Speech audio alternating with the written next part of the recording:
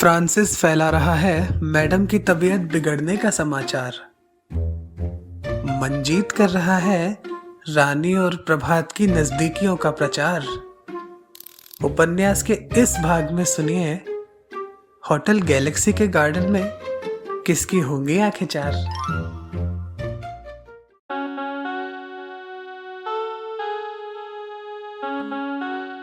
Can I hold your hand, एक खूबसूरत एहसास, कोमल अग्रवाल की कलम से निकला उपन्यास।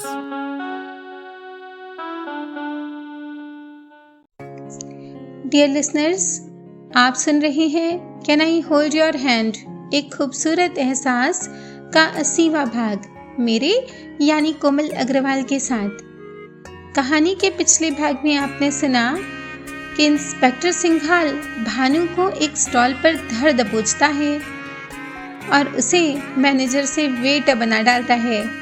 रानी प्रभात से घुलने मिलने की कोशिश करती है और फ्रांसिस लिली के मशाल नृत्य से काफ़ी प्रभावित होता है। मंजीत और नीलम एक दूसरे को समझने की कोशिश कर रहे हैं और हरीश अपने रोमांटिक अंदाज से वैशाली के दिल में घर बना रहा है। पाखी की तबीयत खराब होने पर सूरज उसका ख्याल रखता है और उसके लिए मेडिसिन मंगवाता है। अब आगे। सुबह सुबह सूरज और पाखी के स्वीट के दरवाजे पर दस्तक हुई। सूरज दस्तक सुन उठ बैठा। उसने घड़ी देखी, 7 बज रहे थे। इतनी सुबह कौन डिस्टर्ब करने आ गया? उसने झल्ला कर पूछा, हु इज देयर? कोई जवाब नहीं था। फिर से दस्तक हुई। कितनी मुश्किल से तो पाखी सोई है, कहीं वो जाग न जाए। कहते हुए सूरज गुस्सा करते हुए उठा और बोला, आज तो बच्चों की नौकरी गई समझो। वह दरवाजा खोलने लगा। दरवाजा खुलते ही उसे जो दिखाई दिया वह कोई और नहीं प्रशांत था। सूरज की तो सब हेकड़ी निकल गई। भैया आप? हाँ मैं, लेकिन आप इतना शॉक्ड क्यों हो रहे हैं जवाई बाबू? क्या मैं नहीं आ सकता? प्रशांत ने पूछा। क्यों नहीं आ सकते भैया, आप ही का तो घर है। Sorry I mean room. No, ये मैं क्या बोल रहा हूँ। सूरज कुछ भी बोले जा रहा था। समझ गया हूँ जवाई बाबू, इतना बुद्धू नहीं हूँ, अब अंदर तो आने दीजिए। सूरज ने उसे रास्ता दिया तो प्रशांत अंदर आया। फ्रांसिस ने कहा, किसी की तबीयत खराब है तुम दोनों में से? तो देखने चला आया। किसकी तबीयत खराब है? गुड़िया की? प्रशांत सवाल पर सवाल कर रहा था। पाखी पलंग के एक किनारे ओढ़कर सोई हुई थी। तभी किसी और के आने की आहट हुई। वैशाली बाकी सभी लड़कियों के साथ चली आ रही थी। जीजू क्या हुआ आपको? प्रशांत को वहां देख वह और घबरा गई। प्रीत भी पूछने लगी, क्या हुआ वीरजी, किसकी तबीयत खराब है? अभी सूरज कुछ कह पाता इससे पहले हरीश और मंजीत भी आ धमके। आप सब भी यहाँ हैं, कोई इमरजेंसी है तो डॉक्टर को बुलाएं। मंजीत फोन की तरफ बढ़ा और 9 नंबर डायल करने लगा।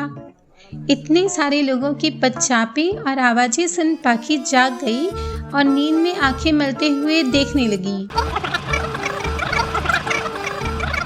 सब चुप करो और मेरी बात सुनो।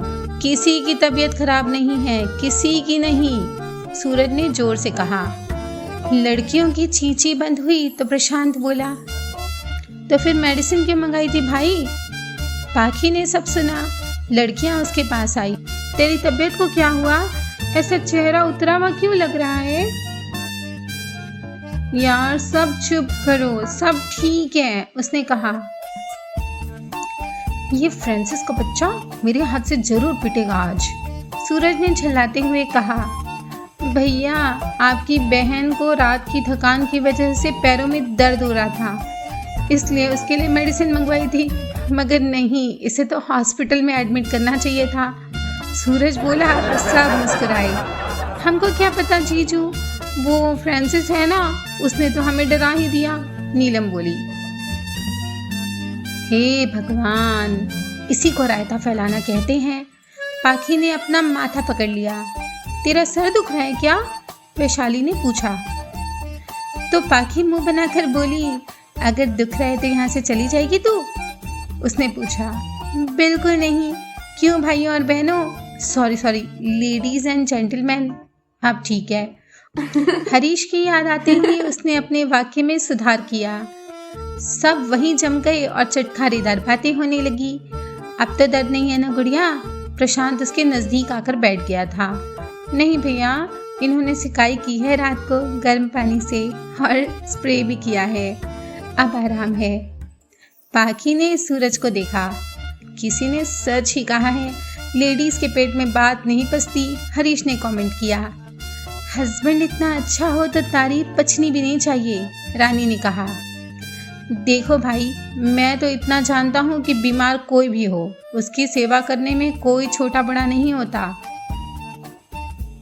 प्रशांत ने बात समाप्त की। वैसे रानी जी भी कल किसी की सेवा कर रही थी भैया, मंजीत ने कहा। किसकी भाई? सब जानने को उत्सुक हो उठे। वो प्रभात है ना अपने, उनकी।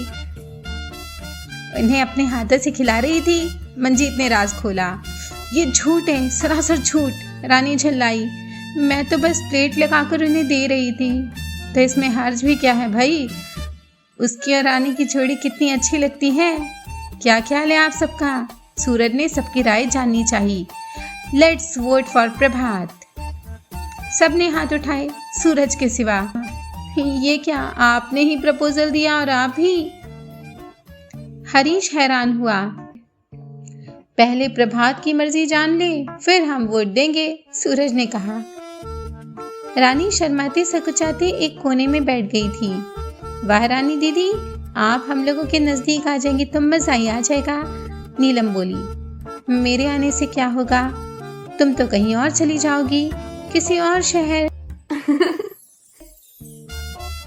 रानी ने कहा तो नीलम से, पर कनखियों से वह मंजीत को देखने लगी, जो चोर नजरों से नीलम को ही देख रहा था। अपनी चोरी पकड़े जाते देख उसने अपना ध्यान हटाया और सूरज से कहा, आज का क्या प्रोग्राम है? आज आप सबको मसूरी की सैर करवाएंगे। सूरज ने रूम में ही सबके लिए बेड टी मंगवाई। चाय पीकर पाखी को थोड़ा और ठीक लगा। मैं भी घूमने जाऊंगी। तो तुम्हारे बिना कौन जाने वाला है? सूरज ने कहा तो सब हंसने लगे। मॉर्निंग मीटिंग बर्खास्त हुई और ब्रेकफास्ट के लिए गार्डन में मुलाकात का समय तय हुआ। 9 बजे सभी तैयार हो होटल के गार्डन में हाजिर हो गए। पूल भी वहां से दिखाई दे रहा था। बहुत ही सुंदर व्यू था। पीछे की तरफ ओक और पाइन ट्रीज लगे हुए थे और दोनों तरफ देवदार के वृक्ष। कई झूले बाग की शोभा बढ़ा रहे थे, तो क्यारियों में लगे 50 प्रकार के फूल पौधे हवा में लहराते हुए बाग को महका रहे थे। और भी कई सैलानी अपने दल के साथ बाग की सैर कर रहे थे और नाश्ते का आनंद ले रहे थे। एक मेज बाग के दूसरी तरफ लगाई गई थी, जहां शोर कम था और भीड़ भी नहीं थी। हरी रंग का घास सा लुक देता हुआ मैट मेज पर बिछा था। बीचों बीच एक छोटा सा झरना पानी की कलकल आवाज होता हुआ गिर रहा था। सूरज ने पहले ही सारा इंतजाम करवा दिया था। तभी प्रभात आता दिखाई दिया। उसके पीछे एक ट्रॉली लिए 2 युवतियां चली आ रही थी। रानी उसे देख मुस्कुराने लगी। ये देख, आ गया तेरा हीरो, प्रीत ने धीरे से कहा। रानी नीचे देखने लगी। आज तुम भी हमारे साथ नाश्ता करो प्रभात, प्रशांत ने कहा। लेकिन भैया, मैं तो घर से ब्रेकफास्ट करके आया हूँ, उसने क्षमा मांगी। सबके लिए ब्रेकफास्ट परोसा जाने लगा। आप क्या लेंगी? एक युवती ने खास तौर पर पाखी से पूछा। मैं तो ये उपमा खाऊंगी, उसने सूरज की प्लेट की तरफ इशारा किया।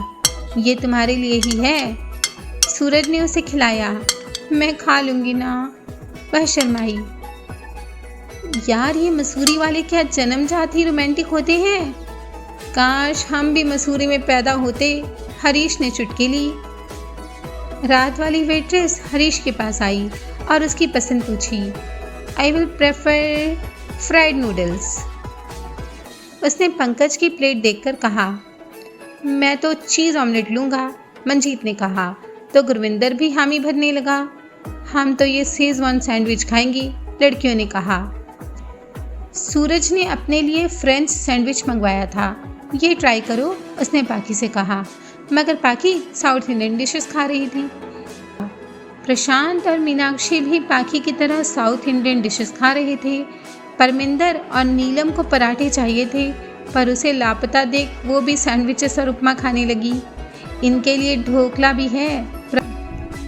प्रभात ने वेट्रेस को इशारा किया। वह एक पॉट से ढोकला निकाल रानी और हरीश के सामने सर्व करने लगी। उसके जाते ही हरीश ने सूरज को कहानी मारी, इतनी ब्यूटीफुल गर्ल्स को वेट्रेस रखा हुआ है आपने, सब आपको कोसती होंगी।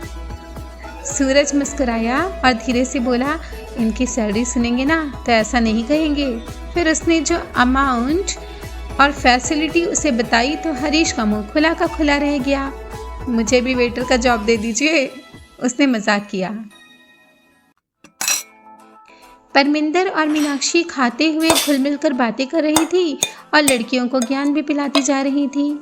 तुम लोग ज्यादा चटर पटर मत किया करो, तुम लोगों को दूसरे घर भी जाना है। मेरी फैमिली तो बहुत कड़क है, हरीश ने वैशाली को डराया। और मेरी तो ना के बराबर, मंजीत ने कहा। वो कैसे? प्रशांत ने जानना चाहा। बिजी तो बीमारी रहती हैं भैया, और बाबूजी होटल में बिजी, तो फिर घर कौन देखता है? प्रशांत ने पूछा। वो सब तो वाहेगुरु के भरोसे है भैया। सब चुप थे और मंजीत उदास। गुरविंदर कुछ कहने को ही हुआ कि सूरज ने बात संभाली। ये क्या रोना लेकर बैठ गए? ये सब कौन खाएगा? अभी तो पास्ता भी खाना है, क्यों पंकज? पंकज मुन्नू को गोद में बिठा पास्ता खाने लगा। जल्दी जल्दी नाश्ता खत्म कर झूले पर बैठने की बात कहकर रानी को साथ लेकर चली गई। पंकज भी उन दोनों के पीछे मुन्नू को लेकर दौड़ा। मंजीत भी वहां से खिसक लिया। इन लोगों को क्या हुआ? गुरविंदर ने पूछा। वो वीर जी, प्रीत ने कहना चाहा, पर सूरज ने उसे टोक दिया। मैं बताता हूँ प्राची, लेकिन एक बात का वादा कीजिए कि आप नीलम पर बिल्कुल गुस्सा नहीं करेंगे। गुरविंदर और परमिंदर यह सुन चौंके। प्रशांत और मीनाक्षी भी सूरज का मुंह ताकने लगे। प्राची, नीलम की मर्जी नहीं है मंजीत से शादी करने की, इसलिए जबरदस्ती करना ठीक नहीं, और इससे दो जनों की जिंदगी ही खराब होगी। सूरज ने अपनी बात रखी। घर बैठे रिश्ता आया था, वो भी हाथ से निकल गया। परमिंदर ने कहा, मेरी नीलम के लिए रिश्तों की कमी नहीं है, उसकी पसंद से कर देंगे। गुरविंदर ने घोषणा की।